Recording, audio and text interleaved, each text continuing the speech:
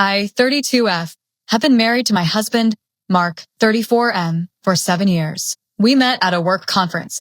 He was the charismatic presenter, I was in the audience, and sparks flew over post-event drinks that stretched late into the evening, laughing about industry mishaps and shared ambitions. We've built a solid life. No kids yet, planning soon, with talks of nursery themes and baby names already filling our evenings. I run a small online boutique specializing in handmade accessories. He manages a logistics firm handling international shipments. Our marriage isn't perfect. We argue about his long hours that keep him tied to his desk until midnight and my occasional jealousy over his female colleagues who seem to linger in his stories a bit too long. But I thought we were happy, sharing lazy weekends exploring bustling local markets, sampling street food, and dreaming about future vacations to exotic spots like Bali or the Amalfi Coast, where we'd wander hand in hand along sun-drenched paths. 2 weeks ago, that illusion shattered completely. I found flirty texts on his phone. He left it unlocked while showering, something he'd never done before, from a coworker, Tara, 30F, full of inside jokes about office pranks, late-night meetups disguised as team-building exercises, and even a photo of them at a dimly lit hotel bar with captions like "Best night ever." Their smiles too close for comfort. Heartbroken, my chest tightening with every scroll, I confronted him. He admitted a 3-month affair but swore it was just emotional, nothing physical, and begged for forgiveness, promising to quit his job and cut her off entirely, his voice cracking as he knelt on the kitchen floor. I was reeling, pacing the room in disbelief.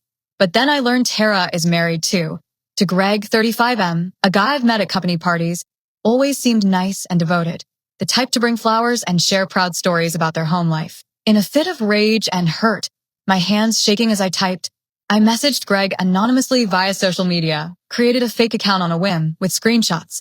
"Your wife is sleeping with my husband. Thought you should know." He replied immediately, shocked and demanding more proof, and we ended up chatting.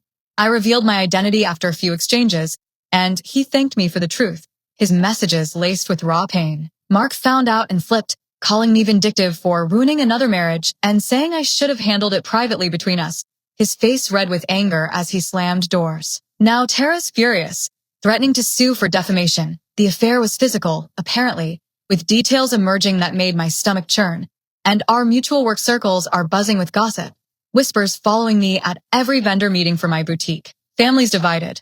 My sister says NTA, stand your ground and don't back down. Mark's mom thinks I overstepped, calling it unnecessary drama. AITA for outing the affair to Greg? Was this revenge or justice? I feel empowered but guilty, especially as Mark sleeps on the couch, pleading for a second chance with handwritten notes left on the counter each morning. Update 1. Thanks for the flood of opinions, mostly NTA, with tips to secure evidence and consider my options carefully, which hit home as I navigated the emotional wreckage, crying alone in the spare room surrounded by unpacked boxes from our last move. Last night, after a tense standoff in our dining room, where the air felt thick with unspoken accusations and the clock ticked loudly in the silence, Mark confessed more details.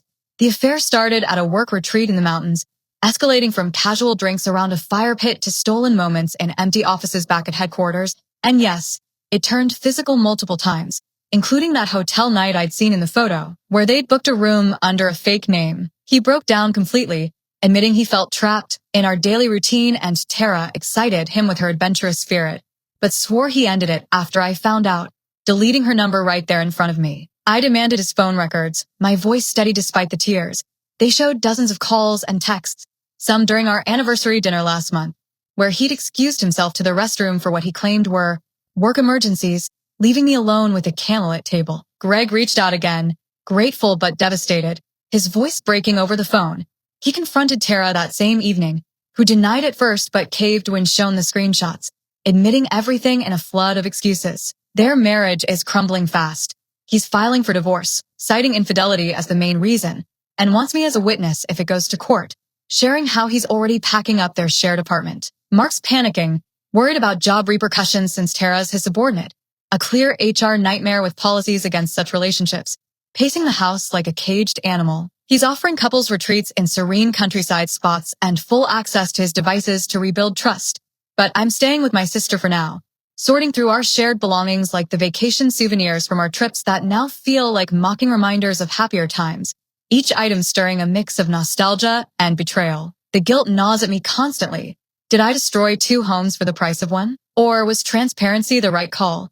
Even if it hurts? Friends are rallying with home-cooked meals delivered to the door and late-night calls filled with encouragement. But the loneliness hits hard, especially in the quiet hours when doubt creeps in. Update 2. Reddit. Your encouragement to dig deeper into potential patterns was a wake-up call that kept me up for hours. While at my sister's cozy guest room, poring over our joint emails and old messages late into the night with a cup of herbal tea to steady my nerves and a blanket wrapped around me for comfort, I uncovered a pattern.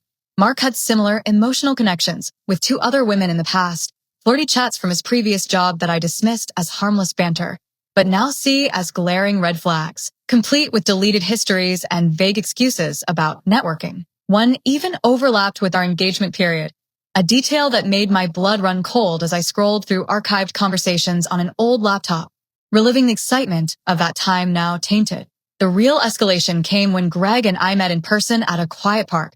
His suggestion, to exchange info discreetly under the shade of old oak trees. He shared that Tara confessed the affair was her way of getting back at Mark for a promotion she felt he stole from her through favoritism.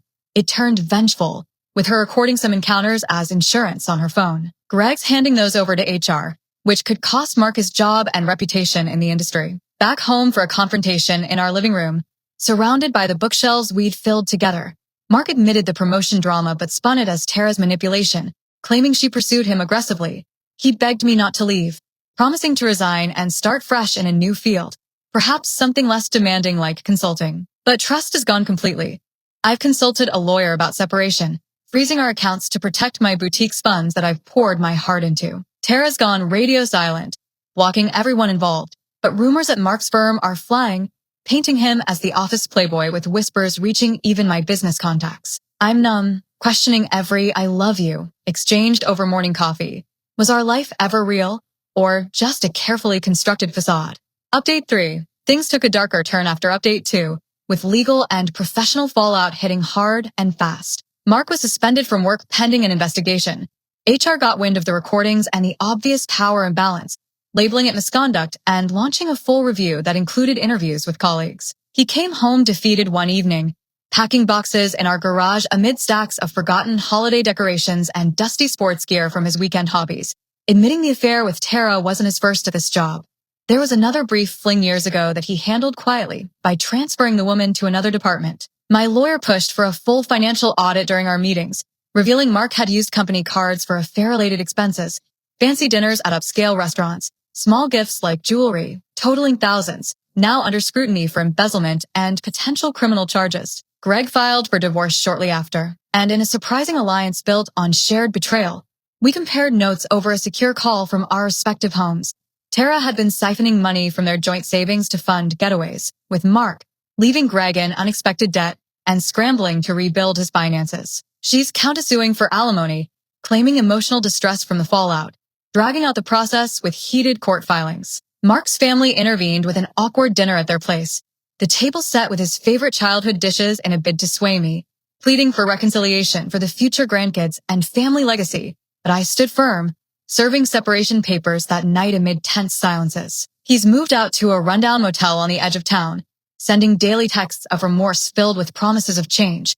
But I've started individual counseling sessions online, unpacking years of overlooked signs like his secretive phone habits and sudden, overtime excuses. The boutique's thriving ironically, with a surge in orders from supportive customers who've heard whispers of my story through social circles, a small silver lining amid the chaos, as I throw myself into designing new pieces late at night. Update 4. 4 months since the message that started it all.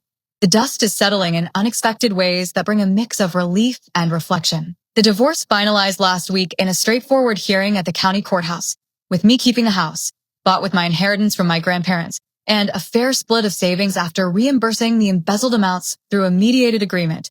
Mark's facing probation for the financial misconduct, a humbling blow that cost him his career and forced a period of unemployment. He's now in entry-level sales at a different company across town, living modestly in a studio apartment, with minimal furnishings, a far cry from our comfortable home. Tara and Greg's split went through too, wrapping up in a contentious battle. She's relocated for a new job in another state, and Greg's thanked me repeatedly, even sending a thoughtful gift basket with local treats like artisanal chocolates and teas as a gesture of solidarity and appreciation. During the asset division process, which involved tedious meetings with accountants, I discovered Mark had a hidden investment account from an old bonus worth $20,000, which he tried to conceal by burying it in obscure paperwork. My lawyer caught it early, awarding me most as compensation for the deceit and emotional toll. It's funded my boutique's expansion, turning it into a full online store with pop-up events at community fairs, where I've met inspiring entrepreneurs and even a potential new interest, a kind vendor who's been a steady source of encouragement without pressure, sharing coffee breaks and business tips. Payne still surfaces on quiet evenings, staring at the empty spots where his things used to be, like the coat rack by the door or the shelf of his favorite books. But I've redecorated with vibrant colors, adding fresh plants and artwork, and hosted friends for game nights filled with laughter and board games, slowly rebuilding my social circle one gathering at a time. Mark reached out once post-divorce via a handwritten letter delivered unexpectedly, apologizing sincerely and wishing me well in my new chapter. I responded politely but firmly with a short note, closing that door for good. Not every ending is tidy. Regrets about not spotting the lies sooner linger, surfacing during solitary walks. But I've emerged stronger, prioritizing self-worth and the small joys like watching sunsets from my porch. If you're suspecting infidelity, gather facts and seek support. Truth, however painful, sets you free. Reddit, your perspectives were invaluable. This is the final page.